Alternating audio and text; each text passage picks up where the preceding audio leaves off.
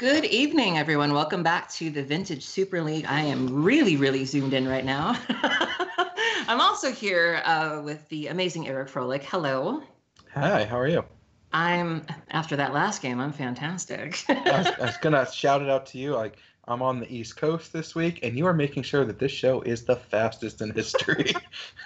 I'm here to help. I'm here to do what I can. So. I appreciate it. You're not wasting any time. You're like, I'm gonna take this. It's gonna be exactly 2 games, and I'm gonna need exactly 2 turns.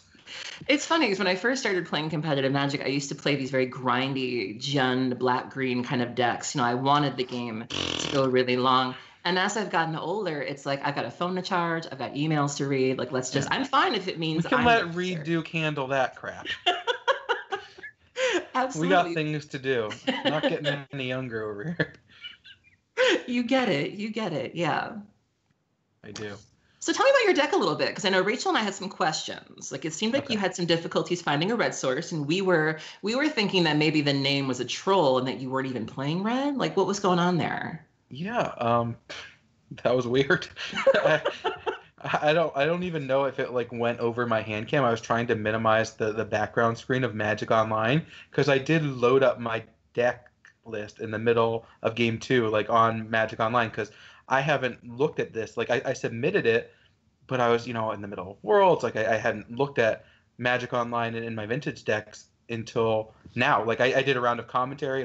Me and Athena were out all day, and I hadn't even had a chance to load Magic Online. I'm like, maybe I just loaded the wrong deck, or maybe I didn't put red sources even in my deck somehow, which would be really weird. And so I opened it up in the middle of game 2, and I still hadn't seen a red source. And at that point, I'd seen between the 2 games 47 cards or something. Yeah, you had my at draws least 4 were good. activations at Jace. Yeah. Yeah, I activated that thing every turn. My draws were incredible. So certainly can't complain about the draws, but it's just so weird. Just couldn't find a red no matter what I did. I'm like, well, something got screwed up here, but no, they were there. They were just who knows. So, yeah, Athena named the deck, of course. I'm not creative. Give me a break. All right, so off we go.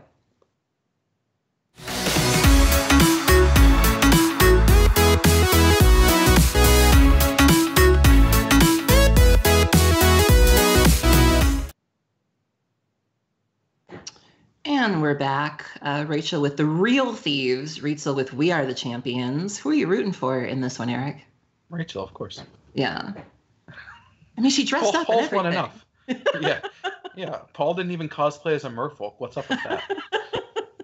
Do you even want it bad enough, Paul? Do you? All right, now I'm rooting for Paul a little bit more when he mulligans to 5. That is not fun for anyone. Oh. Rachel's draw. She's on the draw and has library and has very good cards. All right, I'm not rooting for Rachel. She's the bad guys again. She has one half of the Keep combo and Demonic Tutor to possibly find the other half. And Time Walk to make sure she has the time, and the library to draw extra cards, and Force the Will to protect it. Yeah, she's doing all right. Could be worse. Oh, days. Yeah, Paul's in a weird spot because he knows he's so far behind that he wants to get this library on, so he didn't play Mox Ruby on turn 1, so he couldn't hardcast Daze, and he didn't want to set himself back by bouncing his land to cast the Daze, although it does get him closer to the library, so it's kind of a weird spot, but... And she did grab the other half of the key combo. Yeah. Pretty reasonable. Oh, she's just gonna... Time Walk here. Okay. This is silly. Mm. She just doesn't even care. She's like, all right, I'll kill you next turn. Good for you, man. Have it. I'm glad you came too. So Paul's just doing a lot of losing on turn 2. We should call his deck Red, White, and Bruised. Yeah, Red, White, and leave the battlefield bruised. All right, here comes Time Vault. He's going to force. She's going to force back, and he's going to concede. Oh, Paul. The funny thing is, even if she didn't have the force, and he's just forced to force in this hand, look how bad his hand is. He didn't play a land that turn because his hand is so bad he knows he needs library. He would bounce the Tundra that she knows about, and he's just like, I can't replay this Tundra. That's how badly I'm getting beaten. Mm. And continue. Oh, Rachel gets it. Yeah. So if She's you're definitely Paul, the what do real. you like to bring in against her? What are you thinking? It's a weird spot because you need to have removal spells for the very few creatures she has. So Swords to Plowshare is actually a good card because, one of the ways you lose, of course, is to an early Blightsteel Colossus, and Swords is a great answer to that. And then her other creatures all cost 4 mana. They're powerful, like Notion Thief and Hostage Taker are both powerful cards, but the bad part about this deck is that the answers for them cost 1 mana. Like, they die to Lightning Bolt, they die to Swords to Plowshare, they die to Pyroblast. So, like, everything kills them. I mean, they die to Dismember too. So basically, every deck has actually pretty good answers to them. So you kind of have to lean on your permission a little bit to force them through, and that's not always reliable. Like Mana Drain is actually, despite being the best counterspell ever printed in a lot of ways, it's kind of clunky. Yeah. Do you bring in the Fragmentizes? Because Rachel can win so many ways. She does have the key combo. She does have the thief thing. She does have the tinker thing. Do you try to disrupt that key combo? Is that a blip on your radar? So I boarded in a second Stony Silence and a second Fragmentize against Rachel in game 2. I got annihilated by Notion Thief, and I boarded out the second Fragmentize for game 3. So I'm clearly not the one to ask because I got it wrong. But I thought that Swords might be just slightly better. Fragmentize is pretty weak because you don't actually want to hit any of the mana sources. Like hitting Soul Ring is decent. But Time Vault and Key also are not really artifacts that you need to leave on the battlefield. They're so cheap and you just win instantly. So it's not like getting your Voltaic Key out there a little bit earlier so that you can, use your colorless mana to untap your Mox Sapphire is a big deal. Fragmentize doesn't kill Sensei's Divining Top. You could get, disrupt the key top combo, but it's just not actually that great a card. So I thought I made a mistake actually by boarding in that second Fragmentize and boarded that out. I think Stony Silence is decent. It just allows you to be a little bit more risky as far as tapping out. So it allowed me, I'm playing Mentor and Pyromancer. I want to be able to make tokens and play my spells. Of course, I have Force of Will and some free counters, but so do they. And so they could just kill you. That's not a great spot to be in. So Stony Silence does shut that down. And Rachel's just been boarding in braids against everyone and just kind of crushing with them. Like these things are just killing all the creatures in town. Yeah, I was about to say I was really impressed with the new direction. Like Paul had a couple creatures. He seemed to be more aggressive. This is a big turn. Do you see what's happening here? Yeah. He gets the lead on his Queer Dryad replacement, Gush to get another mana source, and now he's got Ancestral with Misstep and Force backup. Jeez. That's a good turn. Yeah. That's like a Dredgian turn.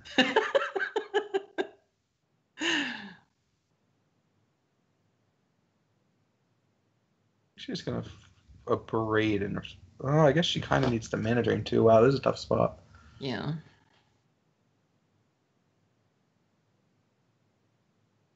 I don't know how much I like doing this upkeep. It's fine. Yeah. Interesting that a Berate has looked like a bad Lightning Bolt in a lot of these games because it's only hit creatures and it can't target players or planeswalkers like Lightning Bolt technically can. But in this case, where Paul has Mental Misstep, the 1 extra mana is actually very good. Yeah. I assume Paul will force this. Aw, there goes Talrin. I was hoping to see that cast tonight. It's not over yet. I mean, we need Paul to win this game, and then Talrin has equity. Yes. To come back and game 3. Oh. This Sensei's Divining Top is not long for this world. No.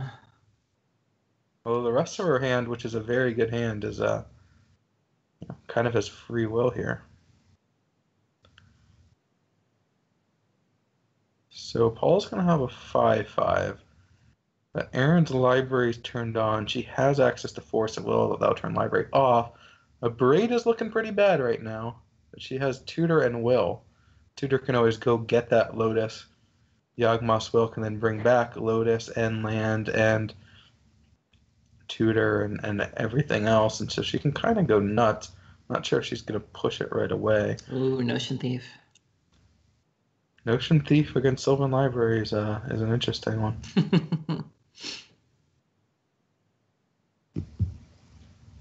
She just gets to slam Jason, bounce this creature, and Paul's got no board. Yeah. All right. Dig is good. Dig is a good start. She's going to probably have to force that, which at least takes away some of her good cards, considering this game is all but over. You're an optimist, Eric. I like that. I'm a realist. I What do you think understand about that. these? Oh, sorry. I was gonna say I understand that when you have Bizarre Baghdad and play this board, it's just like yawn, whatever, move on with my life. But for most of us, it's just like, all right, what am I gonna do? This is all over. That was definitely something I had to learn when I first started playing Vintage again, because there's certain cards that I grew up with that are so esteemed. You know, you hear cards like Ancestral Recall, Jace the Mind Sculptor. And I remember when I first started playing, I had one of my girlfriends kind of teach me the format, and she was like, "Yeah, you don't care about that. You don't care about that card either." And I'm like, I Not don't. when you Like, have Bizarre. right. I was like, shouldn't I deal with that? Shouldn't I therapy that? And they're like, no, you don't care. And it was like, oh, okay. And just kind of reassessing my threats. What are they gonna draw? I mean, that was what the game one was when you were playing against Paul, and like you get to keep a good 7 and you mulligan to 5, and it's just like if you got to draw 17, it's just like you can't win. What's gonna happen? Like, Yeah. you know, the best thing you can do is try to make a couple 10-10 merfolks, and you're just gonna have 20 zombies in play. Like, they don't trample. It's over. I wish. No, the merfolks don't trample. The zombies Oh. are gonna trample. They can only get blocked. Only one creature can block them. Rachel with the braids for days. She has a braid flooded. Hostage taker in her hand too. She's got so many options here. She could tutor for Time Walk, and then Yawgmoth's Will, Lotus, Time Walk. Oh, she's stealing. Hostages. This is where Paul would quote Sperling and talk about how there's no wrong way to eat a Reese's. He did say that in the last game we were doing coverage. He's done that in every game. Everyone just loves to play with their food, and Reese's, I mean, you know, thanks for your sponsorship to the show, of course. You're the best, Reese's. Do you refrigerate your Reese's, Eric? I need to eat. They're better when they're cold, I've found. My mom does that. Yeah. Walgreens. She actually puts them in the freezer, I think. Yeah, Walgreens actually sells them. Certain Walgreens sells them in the cooler. Like, you can get them from the cooler, and I think that's great. I think chocolate and peanut butter is my favorite combination on earth, so there literally is no wrong way for me to eat a Reese's. I've actually never had Nutella before, speaking of chocolate and peanut butter. I've had it so few times, actually. That's probably weird. We're probably the two least on this cast, I'm guessing, just because I think I've tried it once, like, and I'm like, it's fine. It's no peanut butter. I mean, move on. And Paulo's just like, you're crazy.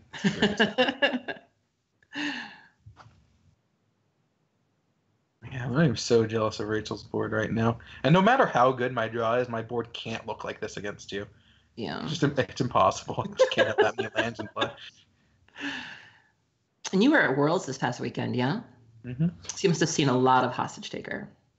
It was not played in that turn. Oh, actually, I'm sorry. I got Hostage taken 3 times in a game of Limited. Oof. But no, not a single person registered that card in Constructed. Okay. I think it was the Scarab God that had the big coming out party. Well, the Scarab God's been out for a while. I think it's made his presence known. But yeah, I mean, that thing spiked to epic proportions in price after Worlds. Oh, yeah. That card's good. That is a good one for sure. All right, so Rachel took that one. Yeah, Paul, he innovated, he brewed, he didn't get games. The one thing he didn't come with this week, I mean, he came with a lot of heart and a lot of spikes, but not a lot of wins. He came a recess and he'll leave in pieces. Oh, boy. I mean, I don't even want to see the board with all those splats next to Paul Rietzl's name. That's just going to be tough. Oh, no. Don't do it. You just call him Splatzel at this point. Oh.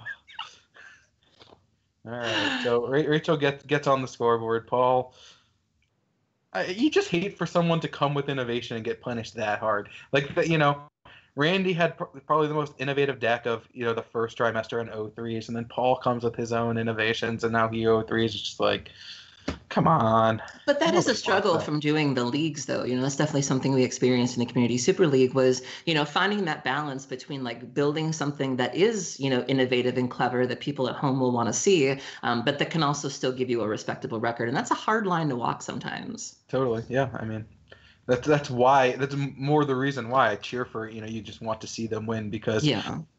almost every time you're just gonna get punished. Like when there's a bunch of good decks and you decide to show up with Merfolk, yeah, yeah. You just don't win any games. All right, so You and I. yeah, the game one's gonna be stupid, and games two and maybe a game three if I force it will probably also be stupid. So I'm probably about to get rolled, and Aaron will make sure that we have an early night for everyone. So stay tuned. One more round. Here to help. Need the latest Magic the Gathering singles for Constructed? Casual